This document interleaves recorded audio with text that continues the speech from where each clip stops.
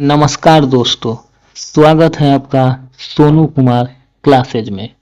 दोस्तों, आज के वीडियो में हम लोग पढ़ेंगे आनुवांशिक इंजीनियरिंग तथा बायोटेक्नोलॉजी। तो आइए दोस्तों, वीडियो को शुरू करते हैं। देखिए, फर्स्ट क्वेश्चन है, एंटीबायोटिक दवा का उदाहरण है। ठीक है, यानी एंटीबायोटिक दवा का उदाहरण निम्नलिखित में से कौन है। ठीक है, तो इस प्रश्न का आंसर है दोस्तों पेनिसिलिन। ठीक है, ये सब एंटीबायोटिक दवा है। एस्प्रिन दर्द और बुखार का दवा है। पैरासीटामोल दर्द और बुखार का दवा है। क्लोरोक्विन मलेरिया का दवा है, यानी पेनिसिलिन सही आंसर है इसका। चलिए व्याख्या देखिए, एंटीबायोटिक दवा का प्रयोग जीवाणुजन बैक्टीरियल रोगों के उपचार में किया जाता है। ठीक है, तो इसीलिए पेनिसिलिन एंटीबायोटिक दवा है। इसे कवकों से प्राप्त किया जाता है। ठीक है दोस्तों, याद रखिएगा, पेनिसिलिन किससे प्राप्त किया जाता है, तो कवक से प्राप्त किया जाता है। चलिए नेक्स्ट प्रश्न देखिए, चिकित्सा स्थितियों का निदान करने के लिए एमआरआई तकनीक का उपयोग किया जाता है। एमआरआई में किसका उपयोग नहीं होता है।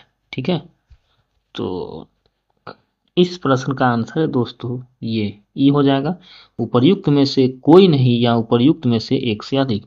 यानी कहने का मतलब है कि एमआरआई में किसका उपयोग नहीं होता। ठीक है दोस्तों, तो देखिए इसमें जो है आपका दोस्तों देखिए, इसमें एक्स किरण का नहीं होता है।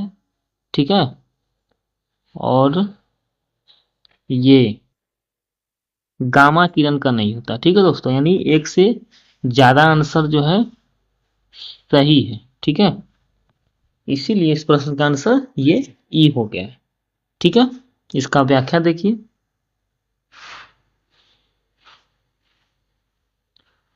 चुंबकीय अनुनाद प्रतिबिंबन यानी मैग्नेटिक रिजोनेंस इमेजिंग यानी एमआरआई एक चिकित्सा प्रतिबिंबन तकनीक है। एमआरआई द्वारा शरीर के अंगों का चित्र प्राप्त करने के लिए प्रबल चुंबकीय क्षेत्र तथा रेडियो तरंगों का प्रयोग किया जाता है। ठीक है, प्रबल चुंबकीय क्षेत्र और रेडियो तरंग का उपयोग किया जाता है। इसे चुंबकीय अनुनाद टोमोग्राफी यानी एमआरटी भी कहते हैं। ठीक है, एक्स किरण और गामा किरण दोनों ही उच्च आवृत्ति के आयनकारी विकिरण यानी आयोनाइजिंग रेडिएशन। ठीक है, जिसका अर्थ है कि इन दोनों में ही किसी परमाणु या अणु से इलेक्ट्रॉन को मुक्त करने हेतु पर्याप्त ऊर्जा होती है। ठीक है, अल्ट्रासाउंड एवं एमआरआई इन दोनों ही तकनीकों में किसी आयनकारी विकिरण का प्रयोग नहीं किया जाता है। ठीक है दोस्तों, यानी कहने का मतलब है कि एमआरआई में किसका उपयोग नहीं होता है, तो एक्स किरण और गामा किरण का नहीं होता है। और किसका उपयोग होता है, तो चुंबकीय क्षेत्र और रेडियो तरंग का उपयोग होता है।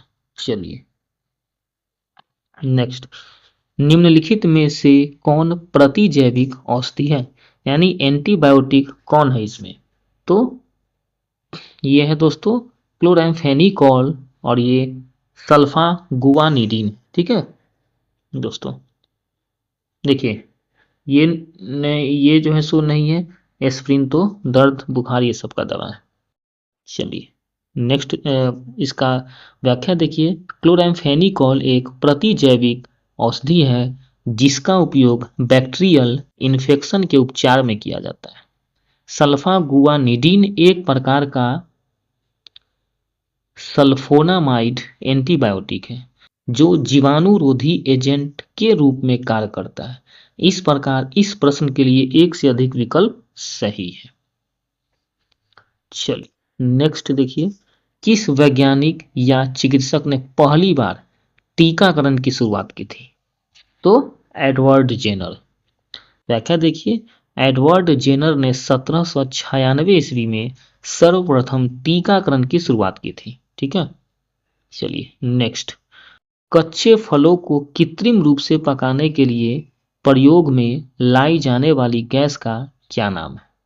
तो इस प्रश्न का आंसर दोस्तों ये एसिटिलीन भी है और एथिलीन भी है। ठीक है, वैसे अब फिलहाल एथिलीन का उपयोग होता है दोस्तों, एसिटिलीन का उपयोग नहीं होता है।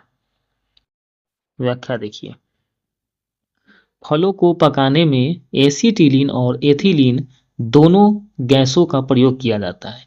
यद्यपि वर्तमान में एसिटिलीन के द्वारा फल पकाने पर प्रतिबंध लगा दिया गया है। प्राकृतिक रूप से फल एथिलीन हार्मोन द्वारा पकता है। कृत्रिम रूप से फल पकाने के लिए भी एथिलीन गैस का प्रयोग किया जा रहा है। ठीक है, चलिए नेक्स्ट प्रश्न, हरगोविंद खुराना को किस आविष्कार के लिए सम्मानित किया गया?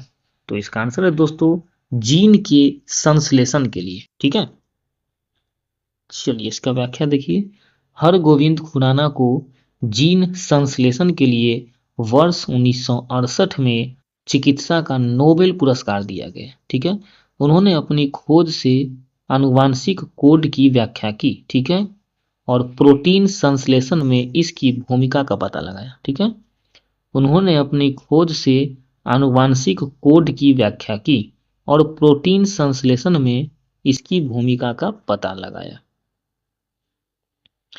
देखिए नेक्स्ट, किसके अभ्यास से जानवरों के क्लोन तैयार किए जाते हैं?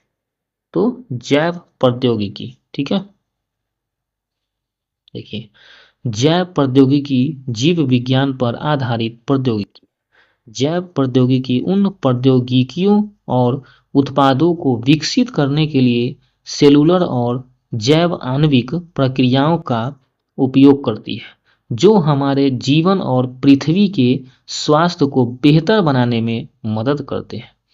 जैव प्रौद्योगिकी के जरिए ही जानवरों के क्लोन तैयार किए जाते हैं। चलिए नेक्स्ट, किसी गुणसूत्र पर तीनों की आपेक्षिक स्थिति ज्ञात करने की प्रक्रिया क्या कहलाती है? तो इस प्रश्न का आंसर दोस्तों जीन मानचित्रण। ठीक है, किसी गुणसूत्र पर जीनों की आपेक्षिक स्थिति ज्ञात करने की प्रक्रिया क्या कहलाती है? तो जीन मानचित्रण। देखिए, किसी गुणसूत्र पर जीनों की आपेक्षिक स्थिति ज्ञात करने की प्रक्रिया जीन मानचित्रण कहलाती है। इसका उपयोग जीन क्रम निर्धारित करने, जीन के बीच की दूरी की गणना करने के लिए किया जाता है। चलिए नेक्स्ट देखिए, वेक्टर टी के प्रतिरोधक शक्ति प्रदान करने के लिए कैसे काम करते हैं? इसका आंसर है दोस्तों शरीर में रोग जनकों पर सीधे हमला कर और उन्हें नष्ट करके। ठीक है, व्याख्या देखिए, वेक्टर टी के प्रतिरोधक शक्ति प्रदान करने के लिए शरीर में रोग जनकों पर प्रत्यक्ष हमला करके उन्हें नष्ट कर देते हैं। टीके किसी बीमारी के कमजोर रोगजनक अणु होते हैं जो किसी बीमारी के खिलाफ स्मृति विकसित करने के लिए प्रतिरक्षा प्रणाली के लिए एक प्रशिक्षु एजेंट के रूप में कार्य करते हैं। शरीर की प्रतिरक्षा प्रणाली विभिन्न रोगों के खिलाफ प्रतिरोध और सुरक्षा प्रदान करती है। चलिए नेक्स्ट, एमआरएनए पद का विस्तारित रूप क्या है जो महामारी की शुरुआत से ही व्यापक रूप से चर्चा में रहा है? तो इसका आंसर दोस्तों ये मैसेंजर राइबो न्यूक्लिक एसिड। ठीक है, देखिए व्याख्या, एमआरएनए पद का विस्तारित रूप messenger ribo nucleic acid. Messenger RNA एक प्रकार का एकल स्ट्रैंडेड आरएनए है जो प्रोटीन संश्लेषण में शामिल होता है। कोविड-19 महामारी में एमआरएनए वैक्सीन का उपयोग करके कोविड के टीके बनाए गए थे।